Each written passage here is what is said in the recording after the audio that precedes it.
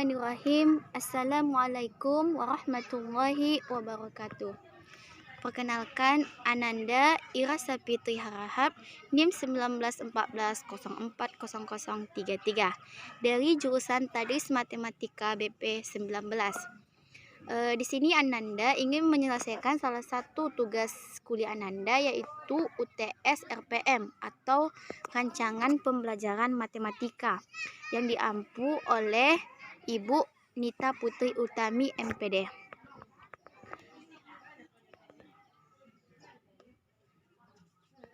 Materi pembahasan pada kali ini yang pertama kalender akademik, rincian minggu efektif, program tahunan, program semester, dan KKM. Yang pertama yaitu kalender akademik, di mana kalender akademik adalah istilah yang umum dalam dunia pendidikan yang merujuk kepada jadwal kegiatan tahunan pada suatu lembaga pendidikan yang memuat semua hal terkait dengan proses belajar mengajar, penerimaan peserta didik, dan kelulusan. Fungsi kalender akademik ini untuk pedoman penyelenggaraan kegiatan pembelajaran agar proses pembelajaran dapat berlangsung secara efektif dan efisien. Selanjutnya, komponen pada kalender akademik. Yang pertama, permulaan tahun pelajaran, yaitu waktu dimulainya kegiatan pembelajaran pada awal tahun ajaran pada setiap satuan pendidikan. Yang kedua, minggu efektif belajar, yaitu jumlah minggu kegiatan pembelajaran untuk setiap tahun pembelajaran pada satuan pendidikan. Yang ketiga, waktu pembelajaran efektif, yaitu jumlah jam pelajaran setiap minggu meliputi jumlah jam pembelajaran yang untuk seluruh mapel termasuk muatan lokal, ditambah jumlah jam untuk kegiatan pengembangan diri. Yang keempat, waktu libur, yaitu waktu yang ditetapkan untuk tidak diadakan kegiatan pembelajaran terjadwal pada satuan pendidikan. Untuk contohnya bisa diperhatikan sebagai berikut. Untuk contoh kalender akademik bisa diperhatikan pada gambar berikut ini, yaitu di salah satu pemerintah Kabupaten Padang Lawas Utara, yaitu Dinas Pendidikan, menetapkan bahwa kalender akademiknya begini, yaitu di mana sudah ditentukan libur semesternya, pokok libur-liburnya, dan jumlah harinya untuk contoh akademik. Rincian minggu efektif. Minggu efektif adalah perhitungan hari dan minggu efektif yang digunakan untuk mengatur kegiatan pembelajaran di sekolah. Tujuan dari menghitung minggu efektif ini adalah kita bisa menyusun dan merencanakan program pembelajaran sebagai guru di kelas selama 1 tahun pembelajaran. Selanjutnya yaitu komponen-komponen dalam menyusun rincian minggu efektif. Yang pertama yaitu jumlah minggu dalam semester, merupakan jumlah seluruh minggu dalam semester, baik minggu efektif maupun minggu tidak efektif. Yang kedua, jumlah minggu tidak efektif, di mana dalam minggu tersebut dari 3 hari tidak bisa digunakan sebagai kegiatan pembelajaran. Ketiga, jumlah minggu efektif, di mana jumlah minggu tersebut merupakan jumlah minggu efektif digunakan sebagai kegiatan pembelajaran. Yang keempat, jumlah jam efektif. Kegiatan belajar mengajar merupakan jumlah total jam efektif dalam semester. Untuk lebih jelasnya, kita perhatikan contoh rincian minggu efektif berikut. Bisa diperhatikan dalam jumlah minggu efektif, yaitu pada bulan Juni terdapat 4 minggu efektif. Pada bulan Agustus terdapat 5 minggu efektif. Pada bulan September terdapat 4 minggu efektif. Dan pada bulan Oktober terdapat 5 minggu efektif. Dan pada bulan November terdapat 4 minggu efektif. Dan pada bulan Desember terdapat 4 minggu efektif. Maka dalam satu semester itu terdapat 26 minggu efektif. Dan jumlah minggu tidak efektif pada satu semester itu yaitu terjadi pada bulan Juli, yaitu kegiatan awal masuk sekolah, yaitu terdapat 2 minggu tidak efektif. Dan pada bulan Desember ada 4 minggu tidak efektif. Dan untuk nomor 3 bisa kita hitungkan banyaknya minggu efektif, yaitu 26 dikurang dari 6, yaitu 20. 4. Banyaknya jam pelajaran 20 minggu kali 4 jam pelajaran sama dengan 80 jam pelajaran. Lalu banyaknya jam pelajaran 20 minggu dikali 4 jam pelajaran sama dengan 80 jam pelajaran. Jadi jumlah jam cadangannya 0 jam pelajaran. Dan jumlah jam pelajaran efektif yaitu 80 jam pelajaran dikurang 0 jam pelajaran sama dengan 80 jam pelajaran. Itulah contoh dari analisis minggu efektif. Yang ketiga yaitu program tahunan, di mana program tahunan adalah rencana penetapan alokasi waktu 1 tahun untuk mencapai tujuan SK dan KD, di mana SK adalah standar kompetensi dan KD adalah kompetensi dasar yang telah ditetapkan. Penetapan alokasi waktu diperlukan agar seluruh kompetensi dasar yang ada dalam kurikulum seluruhnya dapat dicapai oleh siswa. Kemudian, komponen dalam program tahunan ini meliputi yang pertama identitas, seperti kelas, muatan pelajaran, dan tahun pelajaran. Yang kedua yaitu format isian, yaitu tentang KD, subtema, dan alokasi waktu.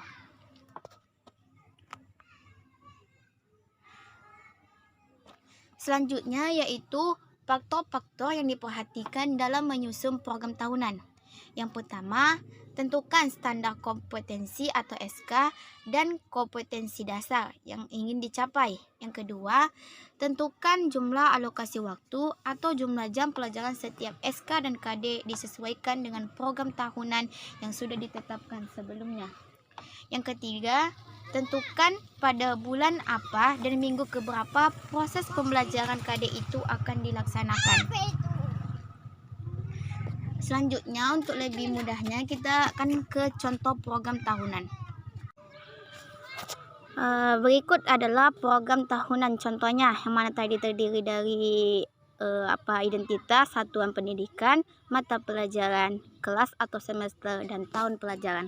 Di mana dalam program tahun ini diperlukan kompetensi inti, yang mana kompetensi inti terdiri dari 4, yaitu KI 1, KI 2, KI 3, dan KI 4. Yang lebih jelasnya di bawah adalah contoh dalam pembuatan program tahunan, yang mana terdiri dari semesternya, semester berapa, yang kedua kompetensi dasarnya, dan yang ketiga materi pokok dan alokasi waktu. Alokasi waktu ini sangat diperlukan dalam pembuatan program tahunan, dan untuk kompetensinya dasar juga sangat diperlukan. Mungkin sekian untuk contoh program tahunannya. Selanjutnya, program semester atau PROMES. Program semester ini biasa disingkat dengan PROMES, yang mana ini termasuk dalam bagian program tahunan yang berisikan gambaran pembelajaran atau pencapaian yang akan diraih selama 1 semester ke depannya. Arti semester ini sendirinya yaitu satuan waktu yang digunakan untuk menyelenggarakan program pendidikan selama 6 bulan. Lalu komponen dalam program semester itu yang pertama sama seperti kuota tadi, yaitu yang pertama identitasnya yang terdiri dari satuan pendidikan, mata pelajaran, kelas atau semester, dan tahun pelajaran.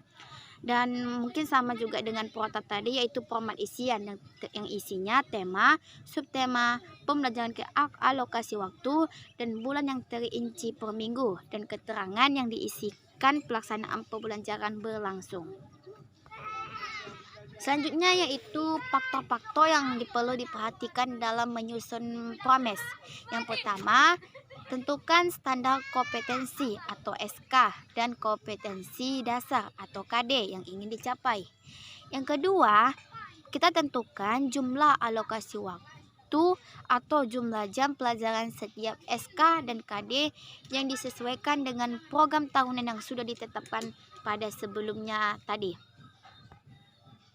Untuk lebih jelasnya, kita akan melihat contoh program semester sebagai berikut. Untuk contohnya bisa dilihat file berikut, yaitu PROMES pada tahun ajaran 2021, yang mana tadi telah sama seperti protas sebelumnya yang terdiri dari identitas, yaitu satuan sekolah, mata pelajaran, dan kelas atau semesternya. Dan untuk lebih jelasnya, contohnya bisa diperhatikan di mana PROMES ini terdiri dari kompetensi dasar, dan kompetensi dasar itu meliputi indikator dari kompetensi dasarnya, dan ada pula materi pokok. Dan JP ini adalah alokasi waktu, sama seperti program tahunan sebelumnya yang telah ditetapkan oleh program tahunan, maka bisa digunakan untuk PROMES. Lalu kan tadi katanya secara terperinci setiap bulan. Nah, bisa diperhatikan pada bulan Juli ini dia itu di minggu 1-2 yaitu adalah libur semester. Dan seterusnya yaitu ada 4-4-4 itu adalah alokasi waktunya pada jam pelajarannya. Dan pada bulan Oktober ada minggu tidak efektifnya, yaitu minggu efektifnya. Dan untuk bulan Desember juga ada tiap minggu tidak efektifnya. Disinilah dijelaskan secara rinci yang terjadi selama proses pembelajaran selama 1 tahun itu. Mungkin ini untuk contoh PROMES-nya. Kriteria ketuntasan kurikulum atau yang disebut dengan KKM. KKM ini adalah kriteria ketuntasan belajar yang ditentukan oleh satuan pendidikan dengan mengacu pada standar kompetensi lulusan. Dalam menetapkan KKM ini, satuan pendidikan harus merumuskannya secara bersama antara kepala sekolah, pendidik, dan tenaga kependidikan lainnya. Selanjutnya yaitu komponen penyusunan KKM. KKM dirumuskan setidaknya dengan memperhatikan 3 aspek. Yang pertama, karakteristik peserta didik atau intake. Kedua, karakteristik mata pelajaran atau kompleksitas. Yang ketiga, kondisi satuan pendidikan atau daya dukung pada proses pencapaian kompetensi. Selanjutnya, faktor-faktor yang diperhatikan dalam menyusun KKM. Yang pertama tadi kompleksitas, yaitu mengacu pada tingkat kesulitan kompetensi dasar yang bersangkutan. Yang kedua, daya dukung, yaitu meliputi kelengkapan mengajar seperti buku, ruang belajar, laboratorium, dan lain-lain. Yang ketiga yaitu intake, yaitu merupakan kemampuan penalaran dan daya pikir peserta didik. Untuk lebih jelasnya, kita perhatikan contoh KKM berikut ini. Untuk contoh KKM, kita bisa perhatikan pada file berikut, yaitu pada tahun ajaran 2021 yaitu semester 9 atau ganjil, yang mana dalam KKM ini ada KD-nya yaitu kompetensi dasarnya, ada indikatornya, dan yang pentingnya yaitu kriteria penetapan atau komponen dalam KKM yang telah dijelaskan yang tadinya, yaitu yang terdiri dari kompleksitas, daya dukung, intage. Dan ada nilai KKM yaitu KD, KI, dan MAPEL. Lalu untuk mendapatkan nilai KD, setiap nilai kompleksitas, daya dukung, dan intage kita tambahkan dan kita nilai rata-ratakan sehingga menjadi 78. Dan untuk nilai KI bisa kita nilai rata-ratakan dari KD. Dan untuk nilai MAPEL bisa kita nilai rata-ratakan dari nilai indikator yang ada pada kriteria penetapan sebelumnya. Mungkin dari sini penjelasan untuk contoh KKM. Mungkin sampai sini untuk penjelasan pada materi yang 5 itu. Jika ada kurang dan salah, mohon maaf. Dan terima kasih sudah menonton. Semoga bermanfaat. Terima kasih. Saya akhiri dengan Assalamualaikum warahmatullahi wabarakatuh.